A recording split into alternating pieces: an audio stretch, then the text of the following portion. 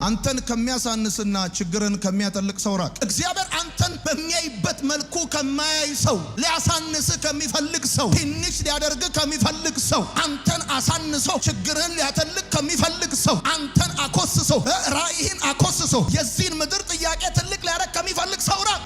በትንሹ ጀምራል ማለት በትንሹ ትጨርሳለህ ማለት አይደለም። ዛሬ እንደዚህ ነው ማለት ነገ እንደዚህ ሆነ ትጨርሳለህ ማለት አይደለም። ታሪክ ይቀየራል። የዛሬ ትልልቆች የትላንትና እኮ ትንንሾች ነበሩ። ዛሬ እኮ ብዙ ሰዎች የሚሰማቸው ትላንትና ቀበሌ ማያውቃቸውም ነበረ። ተራመዱ፣ እግዚአብሔርም ከነሱ ጋር ሆነ፣ እግዚአብሔርም ሰራ በእነሱ። ታሪክ ተቀየረ፣ ትልቁ ነገር ወደቀ፣ የተበላሸው ነገር ተስተካከለ። ኃይሌ ገብረስላሴ እግሩን ተማምኖ ይቻላል ካለ አንተ ሰማይ ተማምኖ ይቻላል አትልም እንዴ? ለምን አትችለዋል? አንዳንዶቻችሁ ተነሱና ሩጡና ገላግሉኝ እንጂ እንዴ ለምን አይቻለው? ደራርቱ አልቻለችም፣ ኃይሌ አልቻለም፣ ቀነኒሳ አልቻለም። ለምን አይቻልም? ለምን አይቻልም? በዚህ ጊዜ መስራት አይቻልም ይላል እና መቼ ነው የሚቻለው? ከእንደነዚህ አይነት ሰዎች ራቁ። እንደማትችሉ ከሚነግሯችሁ ሰዎች ራቁ። ወዳጆቼ ማንም ሁን የትም ሁን፣ የመልካምም ሆነ የክፉ፣ የስኬትም ሆነ የውድቀት፣ የከፍታም ሆነ የዝቅታ እስረኛ መሆን የለብንም። ጻፉ። ፈተና ከሚፈሩ ሰዎች ራቅ። ፈተና የሚፈሩ ሰዎች ወደሚቀጥለው ክፍል ላለመሄድ ትምህርቴን አይግለጥልኝ እንዳለ ሰነፍ ተማሪ 8ኛ ክፍል 8 እንደሚወድቅ ያለ ፈተና ኔክስት ክላስ የለም፣ ያለ ፈተና ኔክስት ቻፕተር የለም።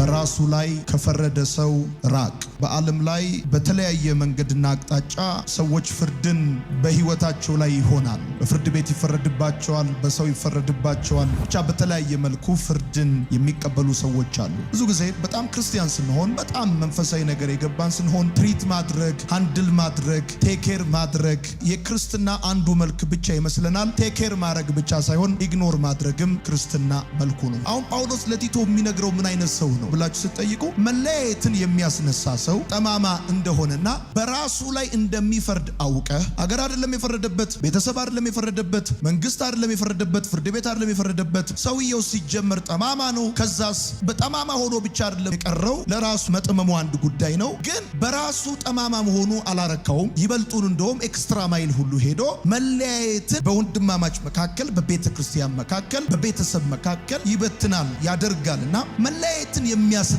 ይላል። አሁን አንድ ነገር ሲያጋጥምህ፣ አንድ ነገር ሲሆን ለዛ ነገር ምላሽ መስጠትና ማስነሳት የተለያየ ጉዳይ ነው።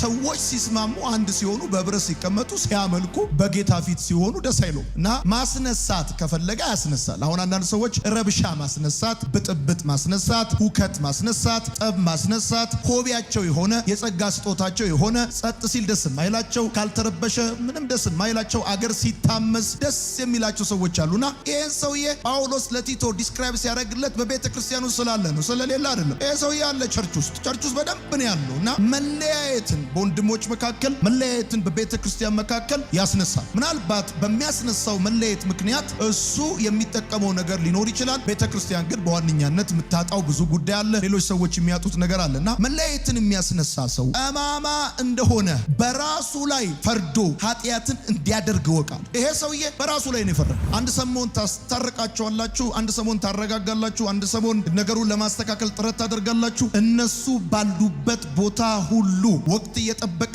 ጊዜ እየጠበቀ ሰዓት እየጠበቀ ሁከት ይነሳል፣ ብጥብጥ ይነሳል፣ ግጭት ይነሳል። እንኳን የሚድኑ እንኳን የሚኖሩ ሰዎች ቀርቶ አይደለም የሚጠፉ ሰዎች ራሱ እየተስማሙ ሲጠፉ ደስ አይለውም እና መለያየትን ከሚያስነሳ ሰዋል በራሱ ላይ እንደፈረደ አውቀ አንዴ ገስጸው፣ ሁለቴ ገስጸው፣ አንዴ ምከረው፣ ሁለቴ ምከረው። ከዛ በኋላ ግን እንደዚህ ካለ ሰው ራቅ፣ አድነው። እንደዚህ አይነት ሰው ቀይረው። ይገርምሃል፣ እንደዚህ አይነት ሰው ይቀይርሃል እንጂ አትቀይረው፣ ያሳብድሃል እንጂ ከእብደቱ አትመልሰው። እና እንደዚህ ያለ ከእንደዚህ አይነት ሰው ራቅ አለ። ሂዩማኒቲ ኢዝ ክርስቲያኒቲ የሚመስላችሁ ሰዎች አላችሁ። ክርስቲያኒቲ ሌላ ጉዳይ ነው፣ ሂዩማኒቲ ሌላ ጉዳይ ነው። በግል ህይወታችሁ ራሱ፣ በመስሪያ ቤት፣ በቢዝነሳችሁ ራሱ መለያየትን ከሚያስነሳ ሰው አንዴ ነግራችሁት፣ ሁለቴ ነግራችሁታል። ከዛ በኋላ እንደዚህ ካለ ሰው ራቅ፣ እንደዚህ ካለ ሰው ራቅ፣ እንደዚህ ካለ ሰው ራቅ። ለመሰለ ሰውየው ችግር ገጥሞት አይደለም መለያየት የቀሰቀሰው፣ ጠብ የቀሰቀሰው ሰውየው ራሱ እኮ ነው ያስነሳው። አርፎ የተቀመጠ ነገር ያንቀሳቅሳል፣ መለያየት ያነሳሳል። ደግሞ በራሱ ላይ ፈርዷል። ሰውየው በራሱ ላይ ነው የፈረደው። ሰው በራሱ ላይ ከፈረደ የፈረደውን ፍርድ በፍርድ ቤት አታስነሳለትም፣ የክስ መቃወሚያ አታመጣለትም፣ ቅጣት ማቅለያ አታመጣለትም። ሰው በራሱ ላይ ከፈረደ አደገኛ ነው የሚሆነው። ከእንደዚህ አይነት ሰው ራቃ። በራሱ ላይ የፈረደ ሰው እንደዚህ መለያየትን የሚያስነሳ ሰው ብቻ አይደለም። በራሱ ላይ የፈረደ ሰው መራቅ ያለባችሁ። በራሱ ላይ የፈረደ ሰው የሚያወራ ግን የማይሰራ ሰው ነው። በራሱ ላይ በቤቱ ላይ፣ በትዳሩ ላይ፣ በኑሮ ላይ፣ በአገልግሎቱ ላይ የፈረደ ሰው አለ። አሁን ፈርዶ የሚኖር ሰው አለ። ፈርዶ በድህነት ለመኖር፣ በበታችነት ለመኖር፣ ተሸንፎ ለመኖር፣ አጥቶ ለመኖር። አሁን ብዙ ሰው እንደ ሀገር ድሃ ስለሆን ብቻ አይደለም ያጣው፣ ማጣትን በላዩ ላይ የፈረደ ሰው አለ። ችግርን በላዩ ላይ የፈረደ ሰው አለ። ችግርን፣ ጉስቁልና በላዩ ላይ የፈረደ ሰው አለ። የበታችነትን፣ ትንሽነትን በላዩ ላይ የፈረደ ሰው አለ። የኔ ህይወት ሊሆን የሚገባው ማጣት ነው፣ የኔ ህይወት ሊሆን የሚገባው ችግር ነው፣ ስቃይ ነው፣ ሰቆቃ ነው፣ የታችኛው የወደቀ ህይወት ነው ብሎ በራሱ ላይ የፈረደ ሰው አለ። ከእንደዚህ አይነት ሰው ራቅ። ከምን አይነት ሰው? ከሚያወራ ግን ከማይሰራ ሰው ራቅ። የስራ ሳይሆን የወሬ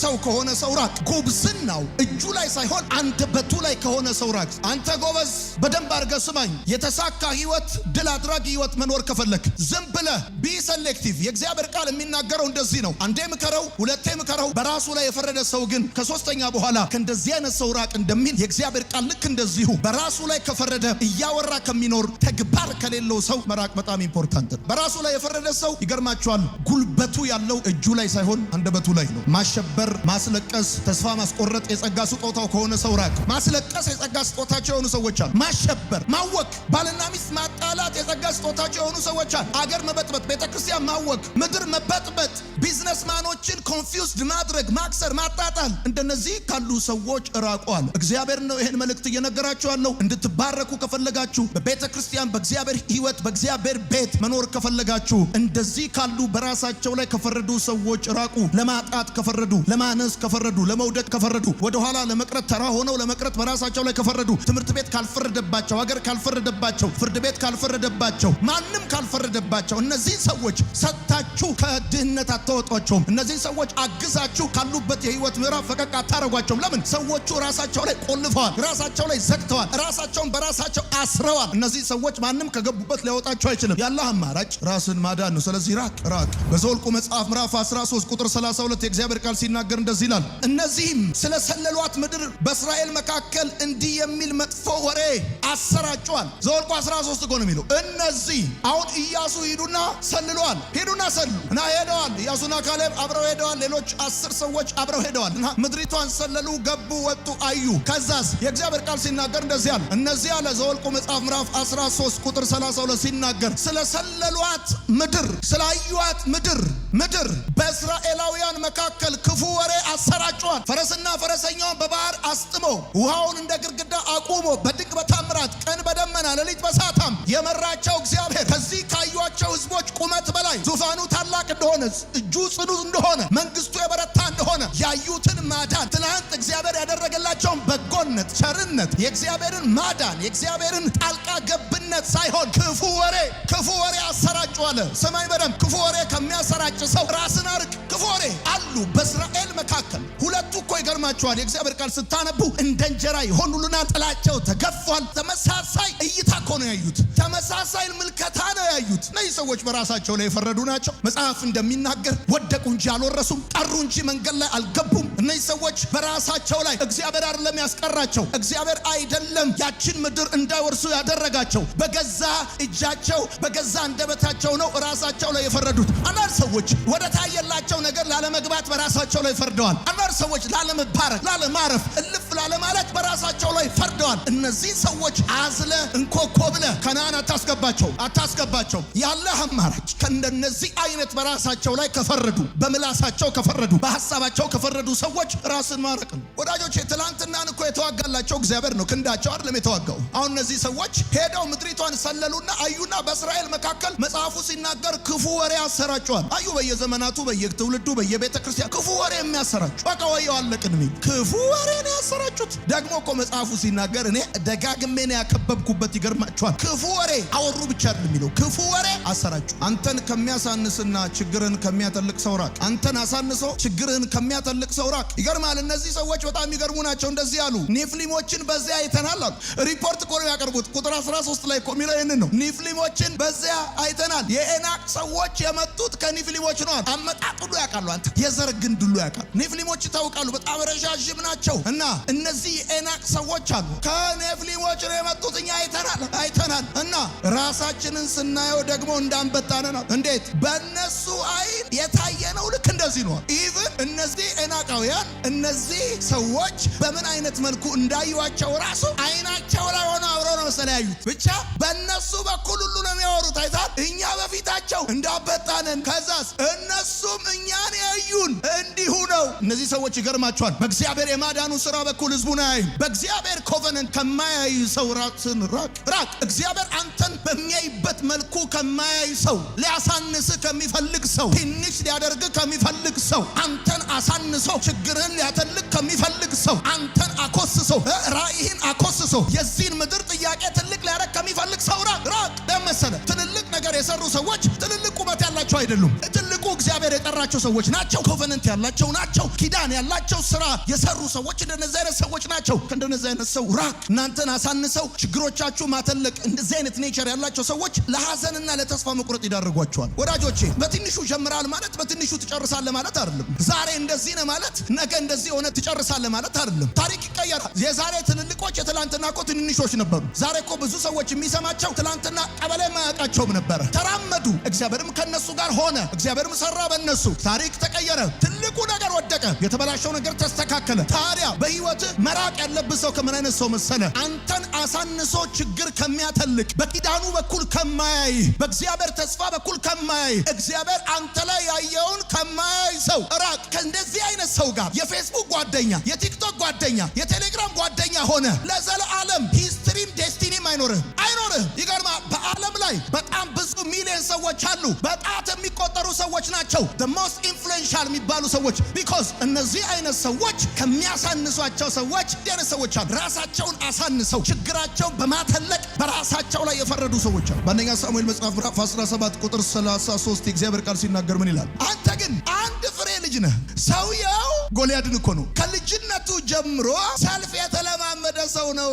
አብሮ አደግ ነው የሚመስለው ከጎልያድ ጋር። አፈር ፈጭተው ያደጉ ነው የሚመስሉት ከጎልያድ ጋር። አንተ ትንሽዬ ብላቴና ነህ። ጎልያድ ከልጅነቱ ጀምሮ ሰልፍ ነው እየተማረ ያደገው። አብረው አንድ ትምህርት ቤት የተማሩ አፈር ፈጭተው ያደጉ ምናምን ነው ይመስላል። አንዳንድ ሰው ትንታኔ ሲሰጥ እንደዚህ አይነት ትንታኔ ከሚሰጥ ሰው፣ አንተን ከሚያሳንስ ሰው፣ ህልምህን ከሚያሳንስ ሰው፣ እምነትን ከሚያሳንስ ሰው፣ ተስፋን ከሚያሳንስ ሰው ራቅ። ታሪክ ሰሪ እንጂ ታሪክ አውሪ መሆን ካልፈለግ ከእንደዚህ አይነት ሰው መራቅ ነው ያለብህ። እግዚአብሔር ነው የሚለው። ጳውሎስ ለቲቶ ሲነግረው በጣም it's so amazing። በራሱ ላይ ከፈረደ መለያየትን ከሚያስነሳ ከእንደዚህ አይነት ሰው ራቃል። ሰው ነገሩ ጋር የሚመጣው ወደ ሰው እየቀረበ ብቻ ሳይሆን ከሰውም እየራቀ ነው። ጻፉ። ወደ ሰው እየቀረበ ብቻ አይደለም ከሰውም እየራቀ ነው። ክርስትና በቴኬር ብቻ ሳይሆን በኢግኖርም ጭምር ነው የምትኖር። ባይዘው እንደዚህ አይነት ሰው መልካም ነገር ስትሰራ አፕሪሼት ሊያደርግ አይመጣም። የተሳሳት ሲመስለው ነው ቀድሞ ለኮሜንት ተነስቶ የሚመጣው። እንደዚህ አይነትን ሰው ኢግኖር አትችልም ከሚል ሰው ራቅ። አትችልም። ለምንድን ነው የማትችለው? ምን ስለሆነ ነው የማትችለው? ለምን ነው የማትችለው? አትችልም ከሚል ሰው አይታችሁት ከሆነ በአንደኛ ሳሙኤል መጽሐፍ ምዕራፍ 17 ቁጥር 33 ላይ አንተ ገና ትንሽ ብላቴና ነህ። ሰውየው ደግሞ ከልጅነቱ ጀምሮ ሰልፍ የተማረ ነው። ይሄንን ፍልስጤማዊ ልትገጥመው አትችልም። አይ ገጥመዋለሁ፣ እችላለሁ፣ አልችልም ምናምን እያልክ ማብራራት አይጠበቅብም። ከእንደዚህ አይነት ሰው መራቅ ነው ያለብህ። የዳዊት ቀጥሎ ስቴፑ ከእንደዚህ አይነት ሰው ተለየ። መቅጠም ያለበትን ገጠመው። ለምን ነው የማትችለው? ለምሳሌ በህይወት በምድር ላይ the most successful የሚባሉ ሰዎች ከኔና ካንተ የተለየ ነገር ይዘው አይደለም ወደ ምድር የመጡት። አብረን ነው ራቁት የመጣ ነው። እኛ በመጣንበት መንገድ ነው የመጡት። እነሱ በመጡበት መንገድ ነው የመጣ ነው። እኛም ራቁታችን ነው የመጣ ነው። እነሱም ራቁታቸው ነው የመጡት። ትችላለህ። ለምን ነው የማትችለው? አስተማሪ መሆን ትችላለህ። ሰባኪ መሆን ትችላለህ። ቢዝነስማን መሆን ትችላለህ። የሀገር መሪ መሆን ትችላለህ። ለምን ነው የማትችለው? አትችልም ከሚል ሰው ጋር አብረህ እየዋልክ ታሪክ አውሪ እንጂ ታሪክ ሰሪ አትሆንም። በሳምንት አንድ ቀን ትችላላችሁ እንላችኋለን። ከሰኞ እስከ ቅዳሜ አትችሉም ከሚላችሁ ሰው ጋር ውላችሁ እንዴት ነው የምትችሉት? ኃይሌ ገብረስላሴ እግሩን ተማምኖ ይቻላል ካለ አንተ ሰማይ ተማምኖ ይቻላል አትልም? ለምን ነው የማትችለው? አንዳንዶቻችሁ ተነሱና ሩጡና ገላግሉኝ እንጂ እንዴ ለምን ነው የማይቻለው? ደራርቱ አልቻለችም፣ ኃይሌ አልቻለም፣ ቀነኒሳ አልቻለም። ለምን ነው የማይቻለው? በዚህ ጊዜ መስራት አይቻልም ይላል እና መቼ ነው የሚቻለው? ከእንደነዚህ አይነት ሰዎች ራቁ። እንደማትችሉ ከሚነግሯችሁ ሰዎች ራቁ። በእናንተ ላይ ያለ ኮቨነንት፣ በእናንተ ውስጥ ያለ ፖቴንሻል ሴቶች አይችሉም ብሎ የሚያምን ባል ያላት ሴት እንዴት ነው የምችለው? እና ዳዊት እንደዚህ ያለ ከአንበሳ መዳፍ አለ ከድብ መንጋጋ ያዳነኝ እግዚአብሔር ከዚህ ካልተገረዘ ፍልስጤማዊ እጅ ይታደገኛል። እኔ ዛሬ እንደዚህ ብዬ መርቃችኋል። ታሪክ አውሪ ብቻ ሳትሆኑ ታሪክ ሰሪ ትባላላችሁ። ሁልጊዜ ተቃራኒ ከሆኑ ሰዎች ራቁ።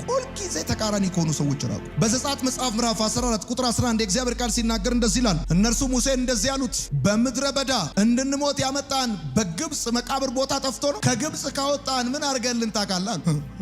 እኔ በመጽሐፍ ቅዱስ ውስጥ በጣም ከምገረምበት ጉዳይ አንዱ ይሄንን ነው። 430 ዓመት ጮኸው ሲያበቁ እግዚአብሔርን ጠርተው ሲያበቁ ከዛ እግዚአብሔርም ጩኸታቸውን ሰማ። ችግራቸውን ብቻ አይደለም የሰማው ያየው፣ ጩኸታቸውን ሰማ። ከዛስ ወረደ፣ በጸናች እጅ ከግብጽ አወጣቸው። በታምር ያወጣቸው። በታሪክ እንደዚህ ያለ ነገር ሆኖ አያውቅም። እና ትንሽ እንደሄዱ ይገርማቸዋል። ሰዎቹ ምንድነው ያሉት? ወደ ሙሴ መጡና እንደዚህ ያሉ፣ በምድረ በዳ እንድንሞት ያመጣ በግብጽ መቃብር ስለሌለ ነው ያሉና ቀጥለው ሲናገሩ አንተ ከግብጽ ካወጣን ጊዜ ጀምሮ ምን አድርገልን ታውቃለህ? ወዳጆቼ ተቃራኒ ከሆኑ ሰዎች መራቅ አለባችሁ። ምን ማለት ነው ተቃራኒ ከሆኑ ሰዎች መራቅ ማለት? አልጋ ስትሏቸው ጻፉ፣ አልጋ ስትሏቸው ቀጋ፣ ህይወት ስትሏቸው ሞት፣ አቤት እላይ ስትሏቸው ታች፣ ክብር ስትሏቸው ውርደት ከሆኑ ሰዎች ራቁ። አሉ እንደዚህ አይነት ሰዎች አሉ። እንደዚህ አይነት ሰዎች አሉ። ህይወት ስትሉት ሞት ይላል፣ እንኑር ስትሉት እንሙት ይላል፣ እንሙት ስትሉት እንኑር ይላል፣ ውሃ ስትሉት ሚሪንዳ ይላል፣ ሚሪንዳ ስትሉት ውሃ ይላል። እንደዚህ አይነት ተቃራኒ ከሆነ ሰው ጋር ህይወት የኮንፊውዥን ነው የሚሆነው። የኮንፊውዥን ህይወት። የተደረገለትን ከሚክድ ሰው ራቅ። የተደረገለትን በዘዳግም መጽሐፍ ምዕራፍ 20 ቁጥር 1 ሲናገር ከግብጽ ያወጣው